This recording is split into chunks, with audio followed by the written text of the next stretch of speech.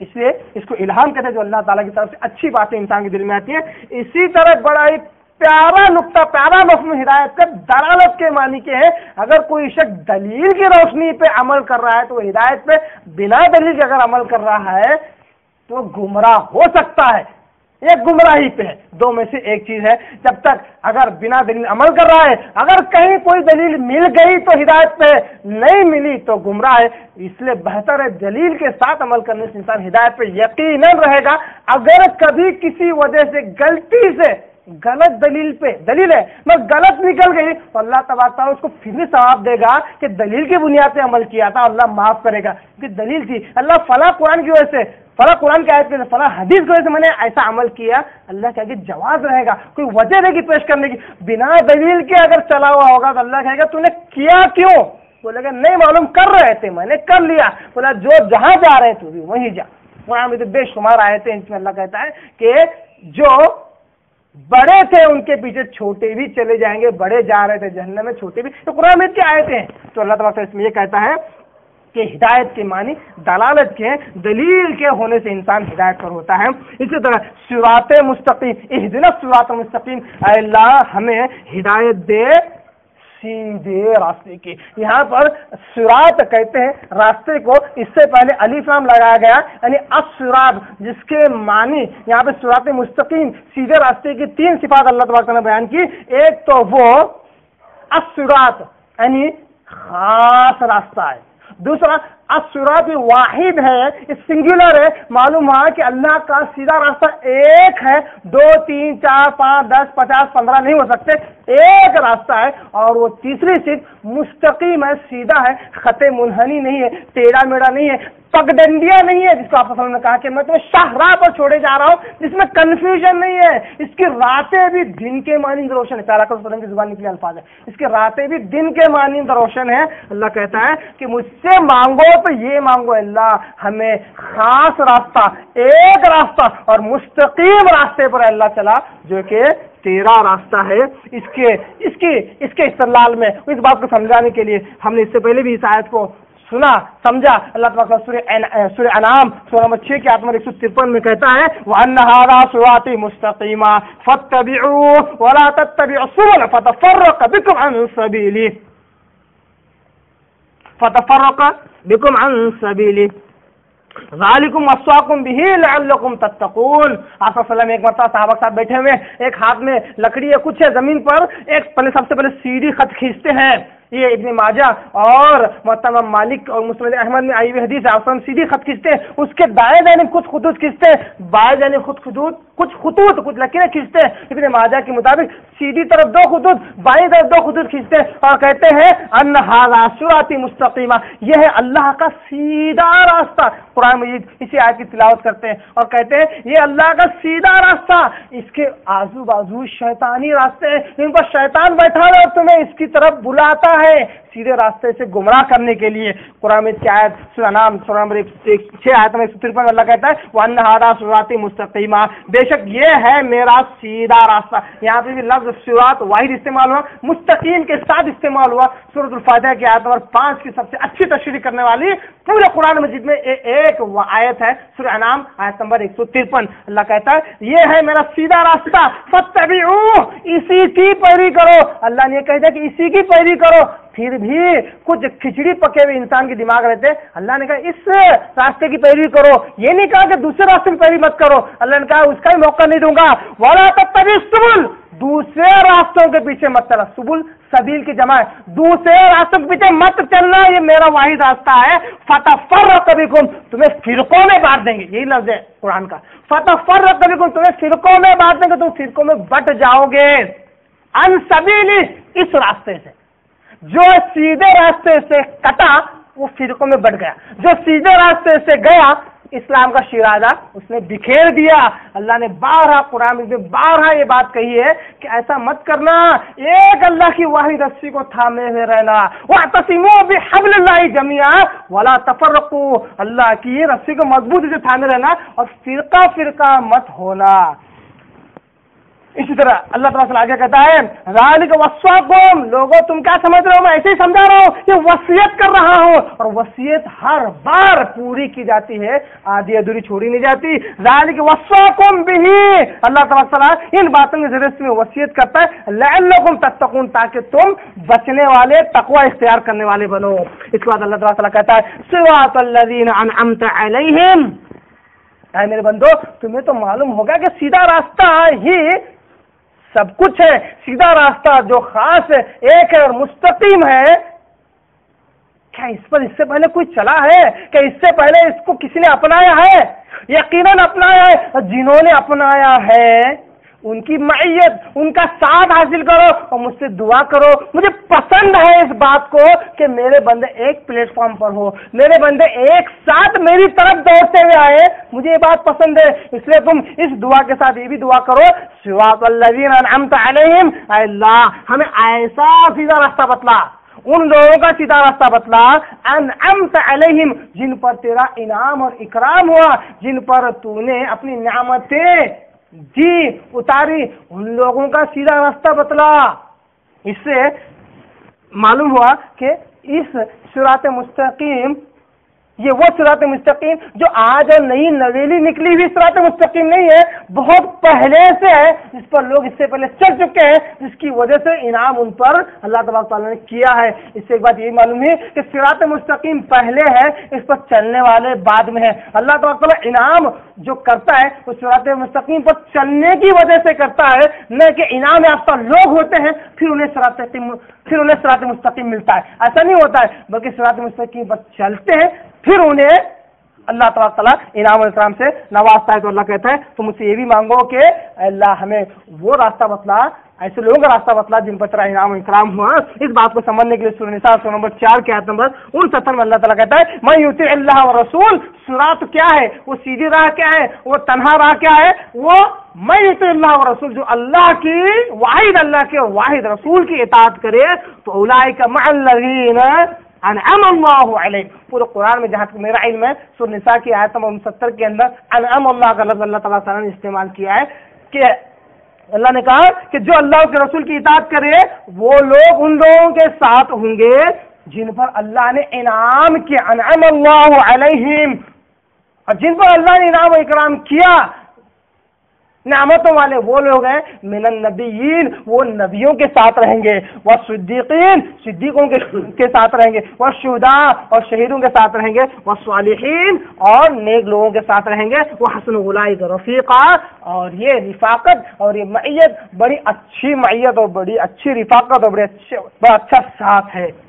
تو آیت نمبر 6 سورۃ الفاتحہ کی تفسیر میں سورۃ النساء کی آیت ہمیں معلوم ہوتی ہے۔ اب آئیے سورۃ الفاتحہ کا آخری ٹکڑا، آخری آیت جس میں اللہ کہتا ہے غیر المغضوب علیہم ولا الضالین، اے میرے بندو جہاں تم مجھ سے یہ کہتے ہو کہ مجھے اللہ ہمیں سیدھا راستہ بتلا اور ان کا راستہ بتلا جن پر تیرا انعام و اکرام ہوا، یہ کہنے سے کافی نہیں ہے، تمہیں اس بات کا علم بھی ہو کہ غلط راستہ کیا ہے، تمہیں اس بات کا علم بھی ہو کہ غلط راستہ کہاں لے کر جاتا ہے، غلط راستے پر چلنے والوں کے ساتھ میں کیا کرتا ہوں اور میرا رویہ ان کے ساتھ کیا ہوتا ہے، اس بات کا بھی علم ہونا ہے۔ ایسا نہیں کہ تم نے صحیح راستے پر چل لیے تو ہمیشہ صحیح راستے پر رہیں گے، صحیح راستہ بھی غلط بن کر سامنے آ جاتا ہے، غلط راستہ بھی صحیح شکل اختیار کر کے سامنے آ جاتا ہے۔ اگر تمہیں علم نہ ہو، علم کی روشنی میں اگر تم نہ چلو تو تم غلط راستے کو صحیح راستہ سمجھ کر اپنا سکتے ہو، اس لیے غلط راستے کی بھی تحقیق کر لو، اس کا بھی علم حاصل کر لو۔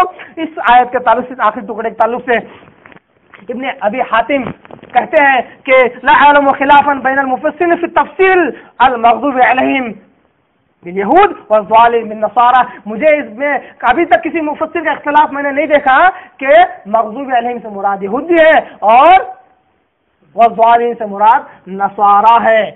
تو اللہ تعالیٰ نے کہا کہ تم یہودی اور نصرانی عیسائیوں کے راستے پہ مت چلنا، جو غلطیاں انہوں نے کی ہیں نبیوں کو پانے کے بعد بھی، اہل کتاب ہونے کے باوجود بھی، وہ غلطیاں تم نہ کرنا۔ تمہیں بھی نبی ملے، سرور الانبیاء ملے، تمہیں بھی کتاب ملی قیامت تک رہنے والی، اب تم وہ غلطیاں نہ کرنا۔ یہودیوں اور عیسائیوں نے کیا غلطیاں کی؟ یہودیوں نے 4 بڑی غلطیاں کی۔ سب سے پہلی غلطی انہوں نے یہ کی کہ جانتے بوجھتے ہوئے صحیح راستے پہ نہ چلتے تھے، نہ چلنے کے لیے کہتے تھے، اور آیات نمبر 2 آیات الہیہ میں تحریف اور چینجز کرتے تھے، اور ہیلا کرنے سے گریز نہیں کرتے تھے، فوراً ہیلا بنا لیتے تھے۔ نہیں بھی کھائے تو چلیں گا، کھائے تو بھی چلیں گا، کر لیے تو بھی چلیں گا، نہیں بھی کرو تو چلیں گا، کرے تو ثواب ملتا، نہیں کرو تو گناہ بھی نہیں ملتا۔ ہیلے بہانے یہ نہیں بولیں گے قرآن میں ایسا ہے کرنا چاہتے کہ نہیں کرنا چاہتے تمہارے اوپر، حدیث میں ایسا ہے کرنا چاہتے نہیں کرنا چاہتے، یہ کبھی انہوں نے نہیں رکھا۔ اللہ کے رسول یہ کہتا ہے مانتے ہو کہ نہیں مانتے ہو، یہ فیصلے کبھی نہیں رکھے۔ انہوں نے بولے قرآن میں یعنی کہ اللہ کی طرف سے تو ہے ایسا، تم کیا کرنا چاہتے ہیں اور ہمیں کیا دینا چاہتے۔ نبی کے حدیث میں پہلے بھی رہی ہے، نبی جو کچھ کہتا ہے وہ حدیث ہے، نبی کے حدیث میں تو یہ ہے، تم کیا کرنا چاہتے ہو۔ انہوں نے ہیلے بہانوں کا استعمال کیا۔ تیسری بات، انہوں نے عزیر علیہ السلام کو اللہ کا بیٹا قرار دیا، اور چوتھی بات، انہوں نے اپنے احبار اور رحمان کو حلال اور حرام کرنے کا مزاج انہوں نے بنایا، جس کے تعلق سے ہمیں سورہ بقرہ سورہ نمبر 2 آیت نمبر 40 اور اکثر سے معلوم ہوتا ہے، اللہ تعالیٰ کہتا ہے وَلَا تَلْبِسُوا الْحَقَّ بِالْبَاطِلِ وَتَكْتُمُوا الْحَقَّ وَأَنْتُمْ تَعْلَمُونَ۔ یہودیوں کی طرف سے اللہ نے کہا کہ تم حق کو باطل کے ساتھ ملا کر پیش نہ کرو، حق کو حق رہنے دو، باطل کو جدا کر کے بتلاؤ، حق کو باطل کے ساتھ مکس کر کے، مسائل کو مکس کر کے پیش کیا کرتے تھے۔ اور تم الحق، اللہ نے کہا تم حق کو بھی چھپاتے ہو، تم تعلمون، جبکہ تم حق کو جانتے ہو، جانتے بوجھتے حق کو چھپاتے تھے اور دوسروں کو حق بات نہیں بتلاتے تھے۔ یہ یہودیوں کی بہت بڑی غلطی تھی۔ اس نے عزیر علیہ السلام کو کہا وقالت الیہود عزیر ابن اللہ، یہودی کہتے ہیں کہ عزیر اللہ کے بیٹے ہیں، اللہ کو بیٹا کسی کو قرار دینا یہ یہودیوں کی غلطی تھی۔ اسی طرح اللہ تعالیٰ نے سورہ توبہ کے اندر آیت نمبر 21 میں اللہ نے کہا اتخذوا احبارهم ورهبانهم اربابا من دون اللہ، ان یہودیوں نے اپنے عالموں، درویشوں کو، فقیروں کو، علماء کو، مشائخ کو اللہ کے علاوہ رب بنا لیا۔ اللہ کے علاوہ رب بنانے سے مراد حدیث میں اس کی تشریح ملتی ہے کہ صحابی نے پوچھا اللہ رسول ہم نے تو ہمارے عالم کو رب نہیں بنایا۔ اللہ رسول نے کہا کہ کیا ان کے حلال کرنے تم حلال نہیں سمجھتے؟ کیا سمجھتے؟ ان کے حرام کرنے کیا تم انہیں حرام نہیں سمجھتے؟ یہی رب بنانا ہے۔ گویا کہ عالم کی بات کو حلال و حرام سمجھنے سے پہلے یہ دیکھی جائے کہ وہ حلال و حرام کہاں سے سمجھ رہا ہے، اس کے بعد بھی تو کوئی دلیل ہوگی۔ اگر وہ اپنے دل سے سمجھ رہا ہے تو یقیناً وہ بھی گمراہ ہے اور آپ بھی گمراہ ہے۔ اگر کسی دلیل کی بنیاد پر حلال و حرام سمجھ رہا ہے تو وہ بھی آزاد ہے، آپ بھی آزاد ہیں۔ غلطی ہو سکتی ہے مگر غلطی پر پکڑ نہ ہوگی کیونکہ دلیل کی بنیاد پر عمل کیا جا رہا۔ تو یہودیوں میں یہ 4 غلطیاں تھیں، عیسیٰ میں 2 غلطیاں تھیں۔ عیسیٰ علیہ السلام کو انہوں نے اللہ کا بیٹا قرار دیا، سورہ توبہ کی آیت نمبر 30۔ اسی طرح دوسری غلطی ان کی یہ بھی تھی کہ وہ بھی اپنے عالموں اور درویشوں اور علماء اور مشائخ کو انہوں نے بھی رب بنا لیا تھا، حق دیا تھا انہوں نے حلال و حرام کرنے کا۔ اللہ نے کہا یہ دونوں غلطیاں ان مغضوب علیہم اور ظالم لوگوں میں موجود تھی۔ اے امت محمدیہ تم میں یہ چیز نہیں ہونی چاہیے، یہاں تک کہ اللہ نے یہ بھی کہا، اور احادیث سے یہ بات معلوم ہوتی ہے، قرآن مجید میں بے شمار کی تفسیر ملتی ہے کہ افراط کرنے والے عیسائی ہیں اور تفرید کرنے والے یہودی ہیں۔ عیسائی ہمیشہ غلو کیا کرتے تھے، ان کو بولے 2 رکعت پڑھو تو 1000 رکعت پڑھ لیتے تھے، ان کو بولتے تھے کہ 1 رکوع کرو 2 سجدے کرو تو 4 رکوع کر لیتے تھے اور 4 سجدے میں ایگزامپل دے رہا ہوں انہوں نے کیا کیا، آپ قرآن مجید اور احادیث اٹھا کے دیکھیں گے تو بے شمار ان کے غلو ملیں گے، بے شمار غلو ملیں گے، یہاں تک کہ انہوں نے عیسیٰ علیہ السلام اور مریم علیہ السلام کو ثالث الثلاثہ کہہ دیا، 3 خداؤں میں سے خدا ہے یہ۔ اتنا غلو تو اعمال کے اندر کتنا غلو، جو عقیدے میں جو بگڑ جاتا اس اعمال میں بھی یقیناً بگڑتا ہے، یقیناً جھول کھاتا ہے۔ تو اللہ نے کہا کہ انہوں نے عیسائیوں نے غلو کے افراط کو استعمال کیا، بڑا چڑھا کر کام کرتے تھے، بڑا چڑھا کر بولتے تھے، چپ تک بڑا چڑھا کر، ارے لوگ خوش ہوں گے کام کریں گے، نہیں ہمارا کام خوش کر کے چڑھا کے کام نہیں کرنا ہے، ہمارا کام ہے دین پیش کرنا۔ اللہ جس کو ہدایت دے گا وہ دین پر آئے گا، ہمیں چپتے لوگوں کو ڈرانا نہیں ہے، ایسا شراب پئیں گے تو ایسے بڑے بڑے ایسا ہوگا، ڈر کے اگر وہ کر رہا جھوٹ بات کی وجہ سے کر رہا۔ مجھے اچانک بات یاد آتی، مناسب نہیں تھی بولنا مگر بول دے رہا ہوں، سینٹ جان پال جو عیسائیوں کا سب سے مین ہے، جس نے بائبل کو سب سے زیادہ دنیا میں پھیلایا، اس سے کہا گیا کہ بھائی سین صاحب یا اپنے پادری صاحب آپ بات کر اتنا جھوٹ کیوں بولتے ہیں؟ وہ کہتا ہے اگر میرے جھوٹ بولنے سے لوگ عیسائی بنتے ہیں تو میرا جھوٹ بولنا غلط نہیں ہے، مسلمان نے بھی آج یہ طریقہ استعمال کیا، جھوٹ بول کر چپ تو بھی ڈرا کے چپ تو بھی خوش کر کے اسلام کو لانے کی کوشش کرتے ہیں، تو یہ درست نہیں ہے۔ ہمارا کام ہے ہو بہو وہ بولنا جو اسلام میں ہے، اس چیز سے روکنا جس سے اسلام نے روکا ہے۔ تو افراد کے شکار عیسائی ہوئے، تفریق کے شکار یہودی ہوئے۔ ان سے کہا گیا کہ فلاں کام کرو تو بولتے تھے کرنا ضروری ہے کیا؟ اچھا کیسا کرنے کا کوئی طریقہ ہے کیا؟ جیسا کہ اس کے لیے اچھی مثال سے بکرا اٹھا کے تو اللہ نے کہا ایک گائے ذبح کرو۔ کیسی گائے؟ کیسا رنگ رہنا، وہ کھیت میں استعمال ہونا کہ نہیں ہونا، کچھ بیمار رہنا کہ نہیں ہونا، دیکھنا 10 سوالات اللہ نے کہا کرو جو کہا گیا ہے۔ تو پہلے سے تم کیسی بھی کرتے اللہ قبول کرتا تھا، پھر 10 سوالات کے تو اللہ نے مشکل میں ڈالا۔ جیسے اللہ نے کہا آپ صلی اللہ علیہ وسلم کو بھی امت محمدیہ میرے نبی سے سوالات مت کرنا، اس سے پہلے کی امتیں کثرت سوال کی وجہ سے ہلاک ہوئی۔ تم سوال میں جتنا حکم دیا جائے فوراً کرو، وہی سہولت ہے۔ غلطی ہوگی میں قبول کروں گا اس وجہ سے کہ میں نے جو کہا تم نے مان لیا۔ تم زیادہ تحقیق کرو گے، زیادہ کھکو گے، اسے زیادہ تم عمل کرنے بھی مشکل میں جاؤ گے۔ ہم بھی مسلمان کو چاہیے کہ اسلام کو آسان سمجھے۔ اللہ کے رسول نے کہا الدین یسر، صحیح بخاری کی حدیث ہے، دین بہت آسان ہے۔ یہ آسان تبھی ہوگا جب آسان سمجھ کر آسانی سے عمل کرنے کی کوشش کریں گے۔ جتنا زیادہ گہرائی میں جائیں گے انسان اتنا زیادہ پھنستا جاتا ہے۔ قرآن مجید کی آیت آ گئی، سنا سمجھ لے عمل شروع کر دے۔ حدیث پاک آ گئی، سامنے آ گئی، سنا سمجھ لیا، عمل کرنا شروع کر دیا۔ اللہ تبارک تعالیٰ سورۃ الفاتحہ کے ذریعے سے بہت ساری باتیں ہمیں نصیحت کرتا ہے۔ آخری بات اس سورۃ الفاتحہ سے جڑی ہوئی، جب سورۃ الفاتحہ انسان پڑھتا ہے، پڑھنے کے بعد کہتا ہے آمین، جس کا مطلب ہے اللہ قبول فرما، اللہ موفق کر دے، اللہ سوٹیبل کر دے، اللہ دعا قبول فرما۔ اگر اس کا آمین کہنا جو ہمارے ساتھ کے جو فرشتے ہوتے ہیں ان کے آمین سے میل کھاتا ہے، ان کا اور ہمارا آمین کہنا ایک ساتھ ہو جاتا ہے، جس کا میل کھاتا ہے، حدیث میں آتا ہے کہ اللہ تعالیٰ اس کے گناہوں کو بخش دیتا ہے، اس کے گناہوں کی مغفرت کر دیتا ہے۔ تو سورۃ الفاتحہ کے بعد آمین کہنا ضروری ہے۔ تو سورۃ الفاتحہ کے ذریعے اللہ تبارک تعالیٰ نے بہت ساری نصیحتیں ہم کو کی۔